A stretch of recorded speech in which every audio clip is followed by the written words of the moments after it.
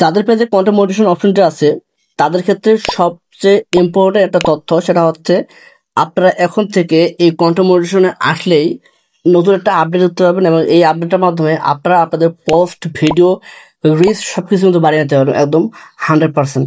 So কিভাবে দেখুন যে এখানে তাদের কন্টেন্ট মনিটাইজেশন আছে, শুধুমাত্র তাদের জন্য এই অপশনটা কিন্তু শো করতেছে, কিন্তু যাদের কন্টেন্ট মনিটাইজেশন নাই বা যারা এখন সেট আপ পান নাই তাদের ক্ষেত্রে কিন্তু এই সত্যটা অবশ্যই গুরুত্বপূর্ণ, এই অবশ্যই প্রয়োজনীয়।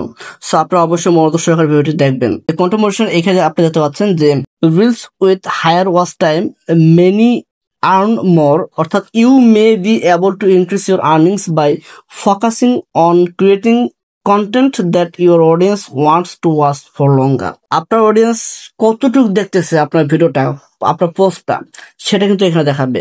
সো এটার মধ্যে যদি আপনি ক্লিক করেন check your watch time, so এখানে আপনি দেখতে পাবেন যে ইউর রিলস এভারেজ টাইম, আপনার লাস্ট 28 দিনে আপনার একটা এভারেজ টাইম দেওয়া হয়েছে যে 1.5 সেকেন্ড আকারে কিন্তু দেখতেছে। এটা কিন্তু অনেক কম, তারা মাঝামাঝি একটা পর্যায়ে তারা একটা দাগ দিয়েছে।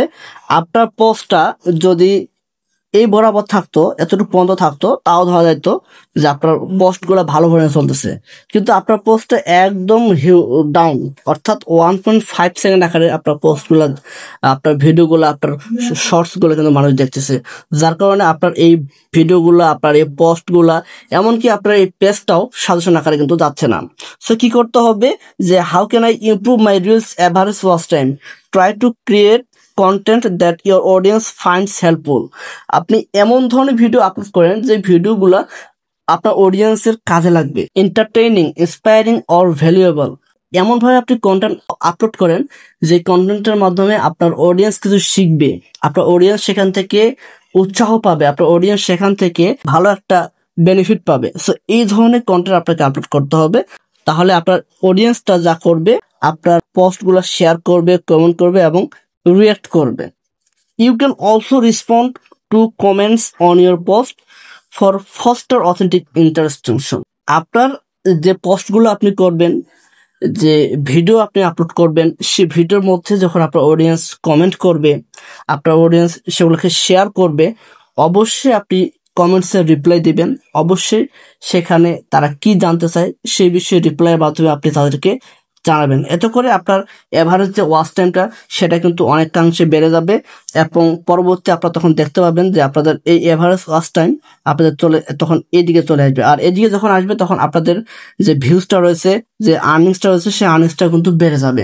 যখন আপনি নতুনভাবে পোস্ট করা শুরু করবেন, দৈনিক আপনার অবশ্যই রিলস ভিডিও আপলোড করেন, দৈনিক 2টা থেকে 3টা পোস্ট, অর্থাৎ লেখা পোস্ট চালিয়ে যাবেন 2টা থেকে 3টা, টেক্সট চালিয়ে যাবেন 2টা থেকে 3টা, সেই সাথে স্টোরি, কিন্তু প্রত্যেকটা স্টোরি আপনাদের অটোমেটিক শেয়ার হবে। সো এই স্টোরিগুলো থেকে আপনারা আর্নিংস করতে পারবেন। দেখেন যে আমার এখানে স্টোরি থেকে কিন্তু আমি এখানে আর্নিংস হয়ে গেছে, যেগুলো রিলস থেকে, টেক্সট থেকে, ফটো থেকে হয় নাই, তবে স্টোরি থেকে হয়েছে।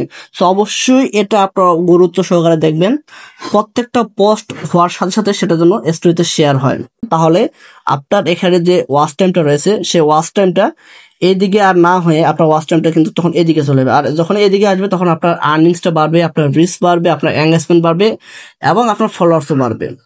অবশ্যই এই বিষয়গুলো আপনাকে মাথায় রাখতে হবে। সো আজকে ভিডিও এ পর্যন্ত, দেখা হচ্ছে পরবর্তী ইন্টারেস্টিং কোনো পার্টে। সে বন্ধু সবাই ভালো থাকবেন, সুস্থ থাকবেন, ধন্যবাদ সবাইকে।